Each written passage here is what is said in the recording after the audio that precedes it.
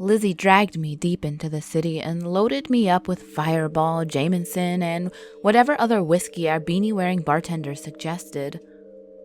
She'd kept trying to set us up, dropping hints about my breakup. I hated calling it that. High school kids break up after 2 weeks together. Teens break up so they can fuck other people when they go to separate colleges. We were in our 20s. We were engaged. There should be a stronger word for what happened between us. After failing at wing-womaning, with our phones too dead to summon an Uber, we hailed a cab the old-fashioned way. "Can you take us to a good hotel around here?" Lizzie asked the driver, as she slid into the tattered seat. "A good one, not some dump with hidden cameras in the showers." "Aren't we going to the train station? I don't want to stay the night someplace," I said. She gave me a look, her raised eyebrows disappearing behind her dyed blue bangs, and turned back toward the driver.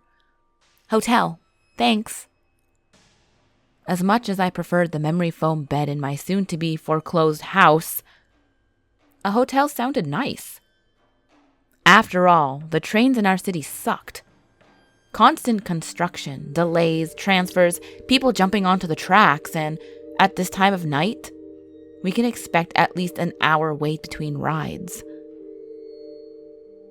It would be daylight by the time we got home, and I would rather vomit the night away in a maid-scrubbed toilet than in a rusted one littered with tampon wrappers down at the station. So I made the biggest mistake of my life. I agreed to the hotel. After the driver dropped us off at a skyscraper-sized building he dubbed the best hotel no one has ever heard of, the rest of the night blurred, like a sentence smudged away by an eraser. I could read some of it, but not all of it. Riding 10 floors in an elevator, taking turns vomiting globs of pink, making fun of the painting hanging above my bed, removing the contacts that dried out of my eyes, falling asleep with the television turned onto the X-Files. When I woke up, the Twilight Zone theme playing from the television, I half listened to the intro as I slipped my glasses up my nose and grabbed my cell. Still dead. I must have forgotten to charge it overnight. Oh well. The crumpled sheets on Lizzie's bed spread towards the ground like a waterfall. And no flushes or hairdryer blasts came from the bathroom. That bitch probably hit the continental breakfast without me. She stayed vegan during her sober days, but she filled herself with grease every night after drinking. Called bacon her hangover cure. I needed to find her and fill my own stomach. So I threw on my hoodie, fixed my smudged eye makeup in the mirror above my bed, and a mirror hung above my bed. In the same place I swore a painting had sat only a few hours earlier. A watercolor of a gnarly woman draped in black, like a female Slenderman hunched over with her thick, dark hair reaching her ankles. Last night, we joked about how she needed to go get laid, and then joked about how we joked like middle schoolers when we were wasted. What the hell? I chewed my thumbnail until a piece of polish flaked off into my mouth, but then remembered to never rely on a drunken memory. Maybe we saw the painting in the hallway or lobby. I would look for it while I looked for Liz. Before I had the chance to search for her further, then whatever floor we were on, a 20-something with gauges and a lip ring tapped me on the back of the shoulder. "Hey, do you know how to get to the exit to the parking lot? Me and my sister are a little lost." A brunette in blue flannel stood beside him, gripping his hand, even though she looked a little too old for that sort of thing. In high school, I'd stay far away from my brother as possible unless his hot friends happened to stop by the house. I regretted that when he died, but tried not to blame myself, because no teenager thought about death. No teenager realized what mortality really meant until they watched their first coffin lid close. I was pretty drunk when we got to the room, I said, reaching toward my non-existent ring to twirl out of habit. I redirected my fingers toward my hemp bracelet instead. I'm heading toward the lobby, though, so we might as well walk together, if you can stand my stench. I said the last part with a smile, an attempt to ease the awkwardness, but the girl nodded at me like her mind was somewhere else, her lips held together tight. She seemed so disoriented that I spent a second wondering whether the man at her side had kidnapped her, if he abused her, if he lied about being her brother, but he looked equally unsettled, pale as sheetrock. I could have sworn there was an elevator down this hall, I said as we turned the corner. Nothing but more doors, all made of metal. A few more turns, a few more doors, not even any windows or clocks or workers or sounds. Oh, okay, here we go, I said when I noticed the metal railings of a stairwell. The square kind usually found in hospitals or college campuses. We've never seen this before, the girl said, brightening. She released her brother's hand. This could be a good sign. He sighed like he wanted her to shut the hell up, so instead of asking the obvious questions about what the fuck are you freaking out about, I stuck to safe topics, asking their names and what they were doing at the hotel. Brett and Beth traveled from 2 states over to visit their schizophrenic mother in a mental institution and missed their flight home a few hours earlier. When I asked where their suitcases were, she said that they had lost track of them and got that frozen fear look on her face again. We made it down 8 flights of stairs, about to descend to the 9th when Brett yanked my arm back hard. I ended up on my ass. A screw you halfway out of my mouth when I noticed it. The steps stopped in the middle, just ended in midair. If I moved forward 4 feet, I would have stumbled through blackness, dropped into a dark void. I told you a fresh set of eyes wouldn't make a damn difference, Brett said, slapping a hand against the railing and stomping back. Beth hurried after her brother. We need to make a map. Maybe there's a pattern. Maybe we stepped on a panel or moved a painting or something. Maybe there are sensors that ship things. Maybe we can shift the rest of the stairs back in place, or... You can get out your crayons and draw as many treasure maps as you want, but it's a waste of time. We need to find more weapons in case that thing comes back. What? What's happening? I asked, my voice echoing the way it would inside of a cavern.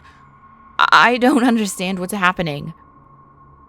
They both stopped, realizing I hadn't moved from the edge of the step, hadn't taken my eyes off the endless hole below us. This place, it seems like it rearranges itself, like a maze that moves. It's hard to find our way around, Beth said, fiddling with the braid resting on her shoulder. Have you ever heard of the Winchester Mystery House? It was that mansion built by a deranged widow, where hundreds of rooms and a door that opens to nowhere. There are tours there now. Silence. Or have you ever read House of Leaves? It's a big-ass novel about a maze of a house with a spiral staircase that swirled for eternity. She doesn't know what you're saying, Brett cut in, then turned toward me. How about this? Have you ever seen a news story about some unidentified kids found dead in a ditch? Because that's going to be us, unless we find some weapons and kill that thing. Then we can work on finding a phone or drawing a map or... You're an assassin now? Beth's voice kept climbing higher and higher. We don't know. what that thing is. It could be someone with mental issues, someone who belongs in an institution. What? Like Mom? Mom couldn't make a floating staircase appear, Bethany. This isn't a person. This is a thing. A thing we need ammunition to take down. Or at least a goddamn baseball bat. Shut up about the weapons. You have a pocket knife in your pants and have done Krav Maga since you were 6. You can protect yourself just fine. I know when something needs a bullet instead of a fucking kick in the head. Their voices lobbed back and forth, until it became white noise. Nothingness. I would have stayed staring at the abyss for hours if it kept going like that. But Lizzie's screaming shut them up. Lizzie's screaming sent me running. I have to go get her. I elbowed them out of the way. I have to go. I raced up 6 sets of stairs, less than the amount we took down, but found myself in a hallway identical to the one we started in. I followed the screams toward the double door that led into a ballroom. A chandelier swung from the ceiling. A purple rug covered the floors. Oversized tables with golden legs spread out across the room. Against the far wall, a painting of a woman hung inside of a black frame. Young, blonde, blue streak in her bangs. She looked like she was in pain. She looked like Lizzie. I moved toward the frame, taking slow steps to get a hold of my breath again, until I caught sight of a figure watching me out of the corner of my eye. Tall and thin and hunched over, draped in black, like the woman in the painting I swore hung in our hotel room earlier, the one right above my bed. Her fingernails were bloody and torn apart, little bits of nail with red, raw skin.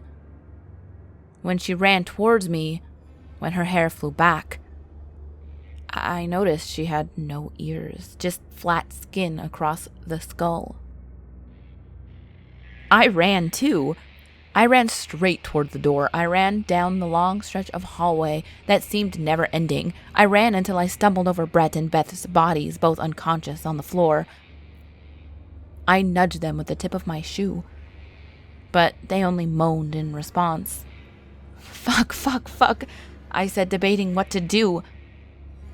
Beth was a teenager. Brett weighed less than I did. I can grab either one. I can carry either one. I can save either one.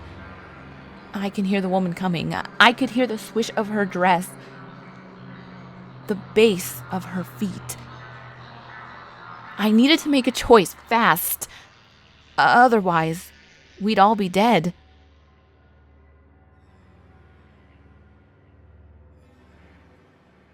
I hope you ghouls enjoyed part 1 of this story. There are 3 parts altogether, I do believe, so there's 2 more, so look out for those. Let me know how you like this one.